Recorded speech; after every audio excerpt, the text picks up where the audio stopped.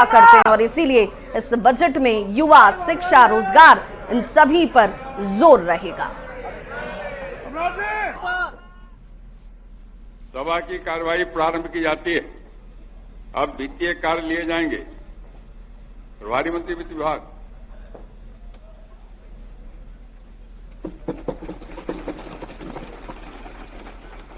अध्यक्ष महोदय, मैं वित्तीय वर्ष 2025-26 का आय व्यय विवरण सदन में उपस्थापित करता हूं।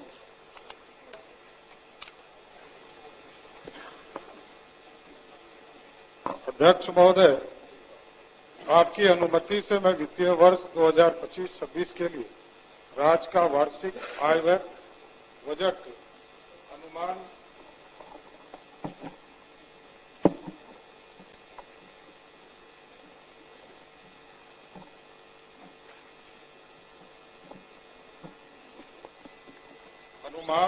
सदन के समक्ष प्रस्तुत करता हूं। महोदय, समृद्ध और सशक्त भारत निर्माण के लिए निर्धारित किए गए विजन 2047 के साथ साथ समृद्ध बिहार की परिकल्पना को साकार करने के हमारे प्रयासों को द्रुत गति प्रदान करने के उद्देश्य से आज मैं बिहार सरकार का बजट प्रस्तुत कर रहा हूं। आप अवगत हैं कि वर्षों की अराजकता के बाद राज्य को विकास के पथ पर लाने के लिए हेतु पिछले लगभग 2 दशकों से नीतीश सरकार ने सफलतापूर्वक प्रयास किया है। अध्यक्ष महोदय, आज बिहार के विकास के लिए हमारे प्रयासों को राज्य की जनता ने जन समर्थन देकर सराहा है। इसके लिए हम उनका अभिनंदन करते हैं। साथ ही हमें एहसास है कि हमारी सरकार द्वारा वर्षों से अथक प्रयास से तैयार किए गए राज्य के विकास के लिए जरूरी मजबूत ढांचा के आधार पर नए बिहार के निर्माण के लिए और अधिक प्रयास करने की जरूरत है। इसके लिए हमारे साथ आदरणीय प्रधानमंत्री श्री नरेंद्र मोदी जी का मार्गदर्शन और आदरणीय मुख्यमंत्री श्री नीतीश कुमार जी के कुशल नेतृत्व की शक्ति और दृष्टि है, जो हमारे लिए विकसित बिहार की कल्पना को साकार करने के लिए प्रेरणा का कार्य करती है। महोदय, राज्य के विकास के लिए हमारे लक्ष्यों की प्राप्ति के करती है।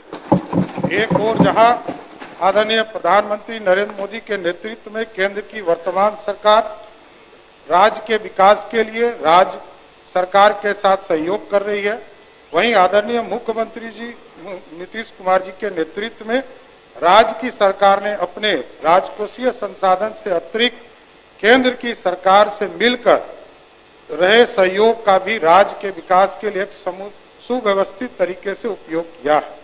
महोदय, इस वर्ष प्रस्तुत केंद्र सरकार के बजट में बिहार को प्राथमिकता देने के लिए हम आदरणीय प्रधानमंत्री जी का विशेष आभार करते हैं। पिछले वर्ष के केंद्रीय बजट में भी देश के विकास के लिए सर्वोदय की जो अवधारणा प्रस्तुत की गई, उसमें बिहार के विकास के लिए कई प्रावधान किए गए।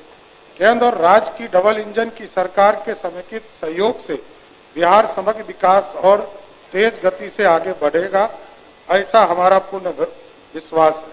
महोदय, आदरणीय नीतीश कुमार जी के नेतृत्व में हमारी सरकार ने आने से पहले 2004-5 में जहां बजट 23,885 करोड़ रुपया था, वो इस साल 2025 में बढ़कर 3,17,000 करोड़ का हो चुका है। महोदय, न केवल बिहार के बजट के आकार में वृद्धि हुई, बल्कि नीतीश सरकार ने राज्य में वित्तीय अनुशासन को भी स्थापित किया है। राज्य सरकार ने अपने वित्तीय प्रबंधन को तय मानकों के भीतर रखा है। राज्य सरकार बढ़े हुए बजट का उपयोग राज्य के समन्वित विकास को आगे बढ़ाने में किया है, जिससे विभिन्न संकेतों और में समय के साथ हुए सुधार में देखा जा सकता है। खासकर आधारभूत संरचना, शिक्षा, स्वास्थ्य के क्षेत्र में अभूतपूर्व कार्य इस दौर में हुए। राज्य की जनता ने जो विश्वास हम पर जताया है, उस विश्वास के माध्यम से हम राज्य को विश्वास के विभिन्न आयामों के नए स्तर पर ले जाने के लिए संकल्पित है। कुल मिलकर राज्य में आर्थिक एवं राजकोषीय नीति के बारे में संक्षिप्त रूप से सदन को अवगत कराना चाहूंगा। कि हमारी सरकार ने वित्तीय समेकन एवं अनुशासित वित्तीय ढांचा को सुदृढ़ करते हुए जहां एक ओर राजस्व बचत को 2024-25 के 1121 करोड़ दशमलव 41 करोड़ रुपया से बढ़ाकर वित्तीय वर्ष 2025-26 में 8,831.18 करोड़ किया है। वहीं दूसरी ओर राजकोषीय उत्तरदायित्व एवं बजट प्रबंधन अधिनियम द्वारा निर्धारित राजकोषीय घाटा को सकल राज्य घरेलू उत्पाद पर 3% की निर्धारित सीमा के भीतर रखा है। इस बजट में अनेकों संस्थागत नीतियों को सहज और सुगम बनाया गया है। साथ ही निजी निवेश को प्रोत्साहित किया गया है।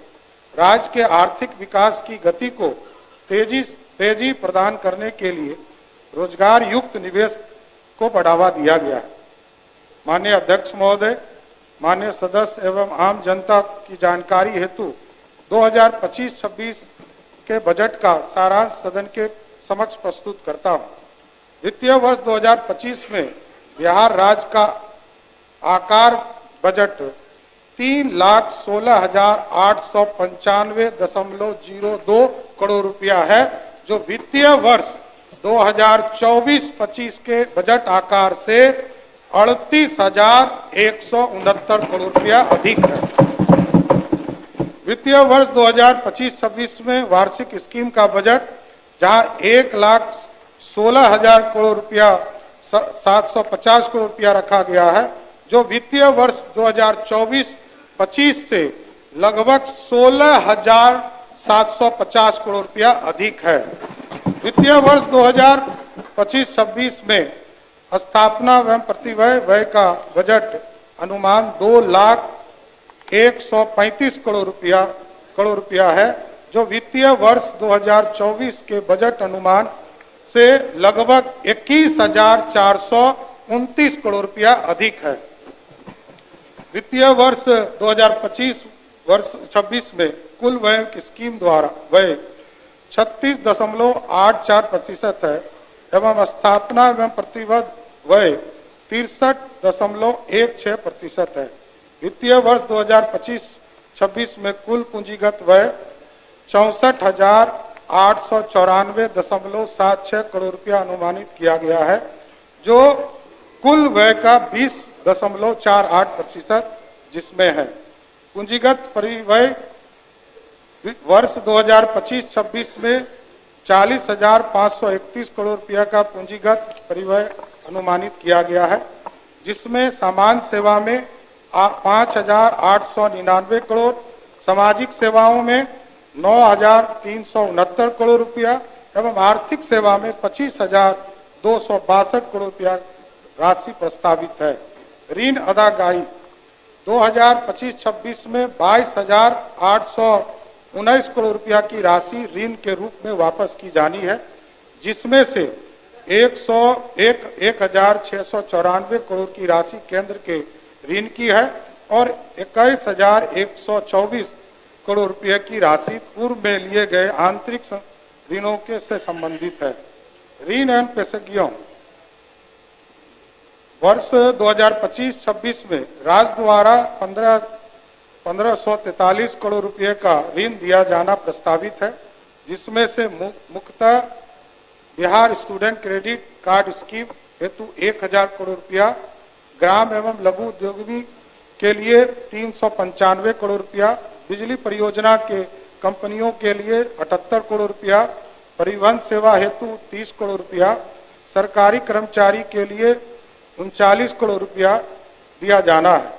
पूर्व से दी गए ऋणों की वापसी से राज्य सरकार को 525 करोड़ रुपया राशि की प्राप्त होना अनुमानित है। इस प्रकार कुल शुद्ध ऋण 1,017 करोड़ रुपया दिया जाना